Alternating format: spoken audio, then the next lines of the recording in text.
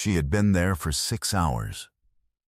6 hours of helping me fold clothes I should have donated 2 apartments ago, sort books I had stopped reading but couldn't bring myself to lose, and wrap dishes that neither of us could remember the last time I had actually used. It was nearly 11 at night.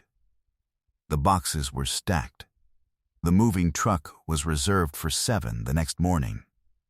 The apartment looked like a place someone was in the process of leaving, which I supposed was exactly what it was. Every reasonable version of this story ends with Sandra Cole picking up her keys from the kitchen counter, saying goodnight, and driving back to a house that was hers. Instead, she walked into my bedroom, looked at the bed, the one thing I hadn't dismantled yet, and then looked at me. "Which side is mine?" She said it quietly. Not like a joke. More like a sentence she had already decided on and was watching me carefully to see what I would do with it. Something in my chest shifted. Not dramatically, just enough that I noticed it and then could not stop noticing it for a very long time after. My name is Daniel Marsh. I'm 34. I draft structural plans for a mid-sized engineering firm. The kind of work that requires precision and produces no stories worth telling at dinner parties. I had been living in a second-floor apartment in a city that was fine, but never exactly mine, and I was moving, the following morning, into a house I had finally stopped waiting to feel ready for. My best friend is Tom Cole. We met in a university library argument about a reserved study booth that should have ended the friendship before it started. Instead, we had been essentially inseparable for 12 years. He had been the best man at nobody's wedding yet, but the position was available and we both understood the assignment. His mother's name was Sandra. She was 51. She had been teaching high school art for 23 years and moved through a room with the quiet efficiency of someone who had spent 3 decades orchestrating classrooms full of teenagers who did not want to be orchestrated. She had gray-threaded through dark hair and did not attempt to conceal it. She wore reading glasses on a fine silver chain around her neck. She would put them on to examine something closely and immediately take them off again once she realized she didn't need them after all. She carried a dented thermos she'd had since before I knew her and refilled it with anything depending on the time of day. Tom and I had been close for 12 years. Sandra and I had been something else. Not the same kind of close. Something I had never named precisely because naming it would have required me to do something about it. I had noticed her the way you notice something that is obviously out of reach. And then, eventually, I had stopped looking at it directly. The move had been Tom's idea. "You've been talking about buying a house for 3 years," he said, over a beer I hadn't finished. "If you don't do it now, I'm going to stop pretending to care about your kitchen complaints." He had volunteered to help me pack the Saturday before the move. By 10 in the morning, he had texted from a hospital waiting room. His wife had gone into early labor, 5 days ahead of schedule. He sent one follow-up, "Mum's offered to come instead. Say no if you want." I did not say no. Sandra arrived at 10:30. The morning light was flat and cool, and it smelled like rain that had already finished. She stood in my doorway with a reusable shopping bag over one shoulder and the thermos under her arm, and a look on her face that suggested she had packed entire households before and found the process neither sentimental nor interesting. "Where do you want to start?" she said. "Wherever," I said. She considered the apartment for approximately 3 seconds. "Kitchen," she said, and walked past me into it. That was how it began. By 4 in the afternoon we had done the kitchen, the study, the hallway cupboard full of things I had been storing with no clear intention, and the 2 bookshelves I had been avoiding for reasons I chose not to examine. She worked quickly and without fuss. She asked before she touched anything. She designed an organizational system for the boxes in the first 20 minutes, explained it once, and then expected me to follow it without reminders. I made the mistake, sometime around 3, of attempting to box a shelf of paperbacks without reading the spines. "What are those?" she said, without looking up from the opposite side of the room. "Books. Which books? Does it matter right now?"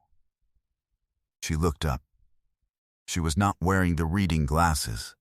They were the kind of look that didn't require them. "Daniel." I turned the box and read her the first 5 titles. She was quiet for a moment.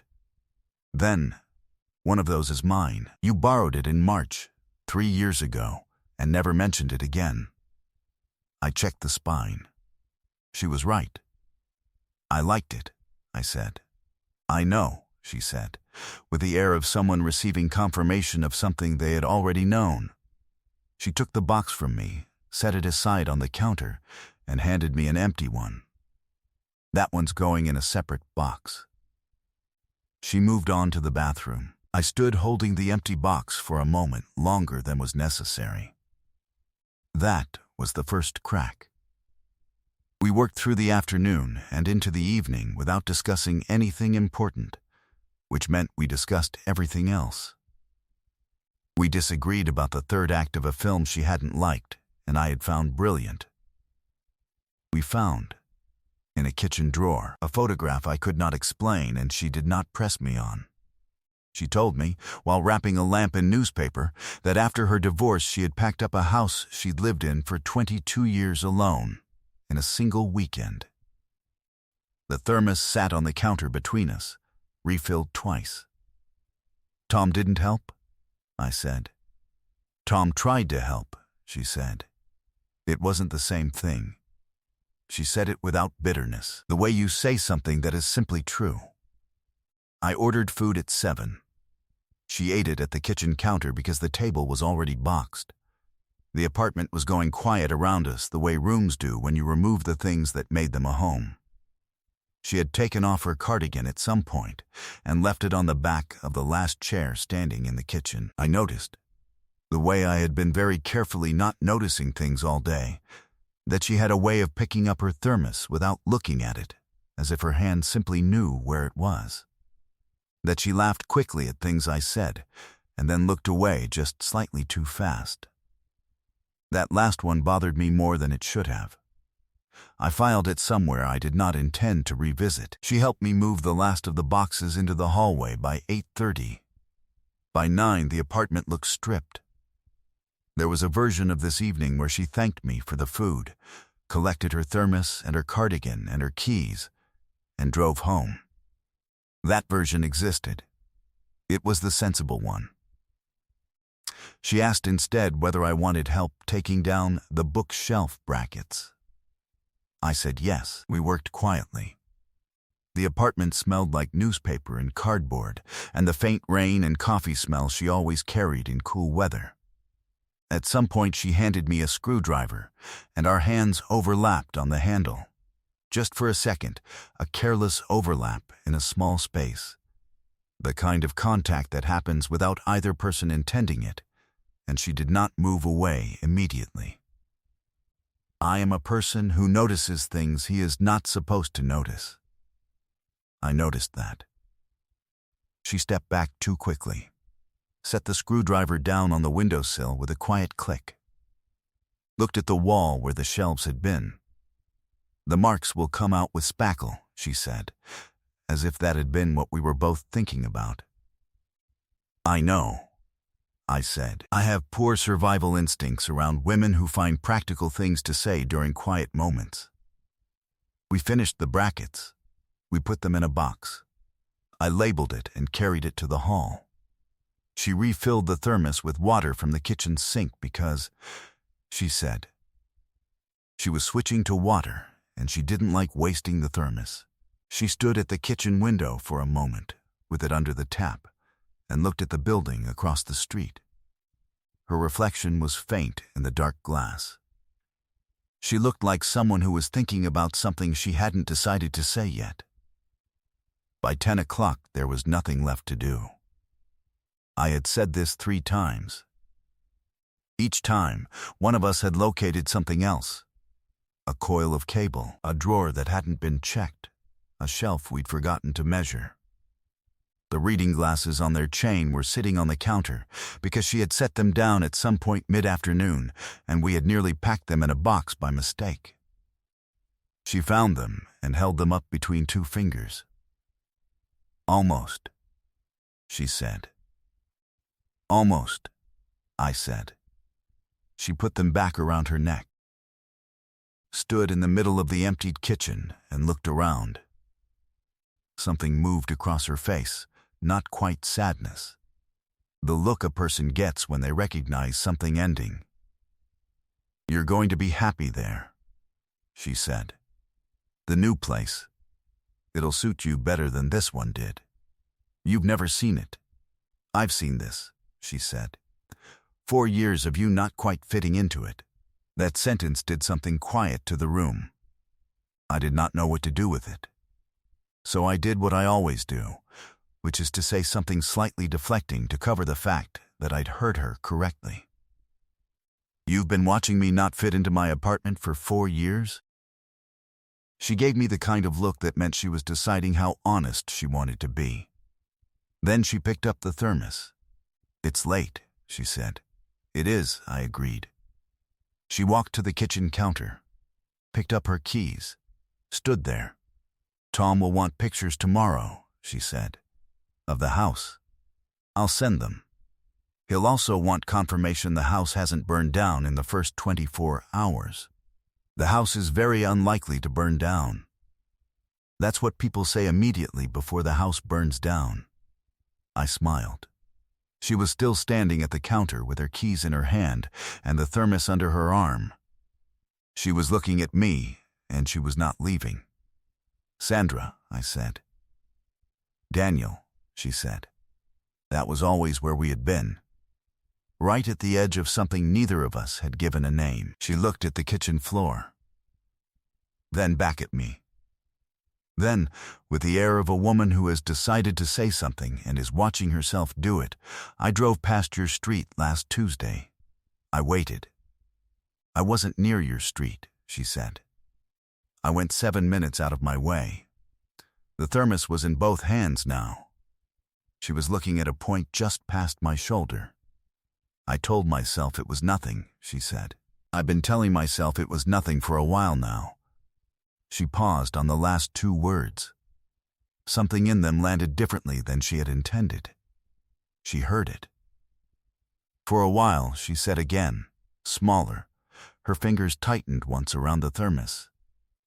She looked up. "I'm not asking you to say anything," she said. "I'm telling you that I drove 7 minutes out of my way on a Tuesday to go past a street where you weren't even home. That's what I'm telling you. You can do whatever you like with it." She set the keys back down on the counter. My chest had gone somewhere I didn't have a map for. "You can go home," I said. "If that's easier. Tonight doesn't have to become anything." She held very still. She was looking at me like she was checking something, reading a measurement, taking a temperature. Then she said, "I didn't drive 7 minutes out of my way to go home when I'm already here." That landed.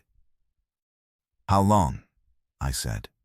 She thought about it for a moment that felt honest. "Long enough that it stopped being something I could call nothing," she said. "Long enough that every conversation I had with Tom about you started to feel like information gathering." She paused. "That's what I noticed. When you start listening to someone else's stories about a person because they're about that person." She said it plainly, not dramatically. "The way you say something you've already thought through 100 times and are done being afraid of." I looked at her standing in my empty kitchen at 11 at night, the thermos in her hands, the reading glasses on their chain, the cardigan still on the back of the last chair. And I thought about 12 years of family dinners and film arguments, and her correcting things I said with a precision that should have irritated me and never had. I thought about noticing things I wasn't supposed to notice, and filing them away somewhere I told myself I wouldn't look. The file was quite full, it turned out. Every girl I've dated since I've known you, I said, has felt like someone I was auditioning in the wrong role. She went still. Not dramatically, just still. When something good happened, I said, you were the first person I wanted to tell, not Tom. You. And when I thought about the house, about what it would look like with furniture in it, with someone in the kitchen in the morning, it wasn't ever a generic someone. She looked at me for a long moment. Something moved in her eyes that I thought might be relief. You're going to make this very complicated for both of us, she said. I know, I said. Tom is going to have opinions. He always does. I'm going to have opinions, she said, and her mouth went just slightly soft at the corner. I have a lot of opinions. I've noticed. I'm 51, Daniel. I noticed that too, I said. It didn't make the file any smaller. She laughed. A real one. Sudden and warm, and she had to set the thermos down on the counter to get it under control. When she looked back up, I was closer than I had been. This is going to be complicated, she said. Probably, I said. She looked at me steadily. Then, soft and clear. Worth it, though, I took her hand. She looked down at it for a moment, turned it once, as if checking something, and then she held it. That was all that happened, right then. We stood in an empty kitchen in an apartment that was no longer mine, and we held hands like two people who had been very patient with themselves for a very long time and had finally run out of reasons to continue. Her phone buzzed against the counter. She picked it up with her free hand. Read the screen. Then she laughed again, a different kind, surprised and helpless. Tom, she said, wants me to tell you congratulations. His wife just delivered. It's a girl. She was still laughing when she read the rest of it. He also wants to know why I haven't gone home yet and whether everything is all right. She looked up at me. Everything is all right, I said. She typed it back to him, still holding my hand. 3 months later, the thermos was on the shelf above my kitchen sink. Not because I had put it there. Because she had left it on a Tuesday and stopped pretending there was a reason she kept coming back to collect it. 6 months after that, the reading glasses were on my bedside table. Not the right side. She had changed her mind after 2 weeks and moved to the left. She said the window was too bright in the mornings on the right side. I told her she could have mentioned that before making her declaration with such confidence. She told me I could stop bringing it up any time. She was wearing my jumper when she said it, which I thought weakened her position somewhat. Tom took exactly 3 weeks to stop being strange about it. He has since claimed he saw it coming from the library argument 17 years ago and simply chose not to say anything. This is not true.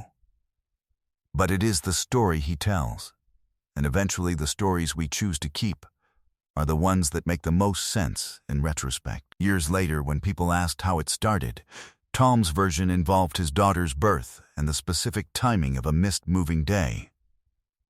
Sandra's version was that she had been driving 7-minute detours for 2 years and eventually ran out of excuses.